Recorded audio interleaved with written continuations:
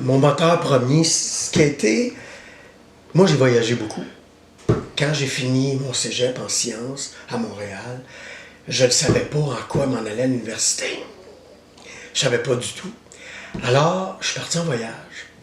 Mes parents n'étaient pas d'accord, mais moi, j'ai fait à peu près 10-12 000 km sur le pouce. Puis je me suis rendu jusqu'au Guatemala. J'ai resté quasiment 1 an au Mexique. Tu sais, je veux dire, mais je suis allé me chercher, je suis allé me trouver. Parce que l'école, ça t'amène, tant qu'à moi, une portion de ce que tu es. Ça t'amène pas tout. Fait que j'avais besoin d'aller, en fait, d'aller me retrouver, d'aller me trouver ailleurs que dans le monde dans lequel je vivais.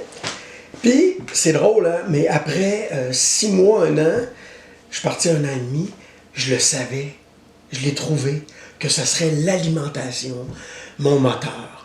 Mais c'était pas la boulangerie à cette époque-là. C'était pas encore la boulangerie. Moi, quand je suis arrivé au Mexique, tu sais, moi, je viens d'une famille, probablement comme toi, très traditionnelle au niveau de l'alimentation.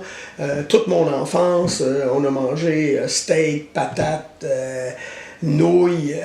Puis un soir, j'ai dit à ma mère, j'ai dit, je peux pas croire qu'il y a juste ça à manger sur la planète.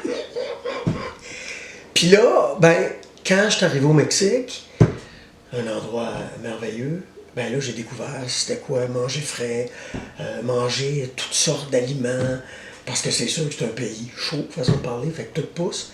Fait que ça a été un contact pour moi extraordinaire par rapport à l'alimentation. Puis c'est là que j'ai eu la révélation de dire, hey, moi, ça me tente. Mais je savais pas quoi. Tu sais, cuisinier, à cette époque-là, au début des années 80, on savait pas trop, il n'y avait pas l'expertise qu'il y a aujourd'hui. Fait que je suis revenu au Québec, puis au Québec se donnait une formation au Saguenay-Lac-Saint-Jean en agriculture biologique. Maraîchage. Ça m'a parlé. Alors j'ai suivi cette formation-là et j'ai travaillé là-bas 3, 4, 5 ans. Puis là, je suis allé même faire un stage d'1 an en Europe. En maraîchage. C'était ma passion. Mais à cette époque-là, le maraîchage biologique, c'était pas payant. C'était les balbutiements. Puis moi, ben, j'étais rendu à 23, 24, 25. Tu sais, à un moment donné, payer 3 piastres de l'heure, à un moment donné. Fait que l'endroit où je vivais, c'était une communauté agricole. On avait des vaches laitières, on faisait du fromage, on avait du maraîchage, puis il y avait une boulangerie. Puis moi, chaque hiver, je partais en voyage parce que j'avais pas de maison, puis il n'y avait plus d'ouvrage. Fait que je partais en voyage, mais juste un automne où je partais, on finissait vers le 10 novembre, mettons. Là, il y a le boulanger de la place qui te charle et dit, t'as tenté de rester ici cet hiver puis m'aider à faire de la boulangerie? Bon, pourquoi pas?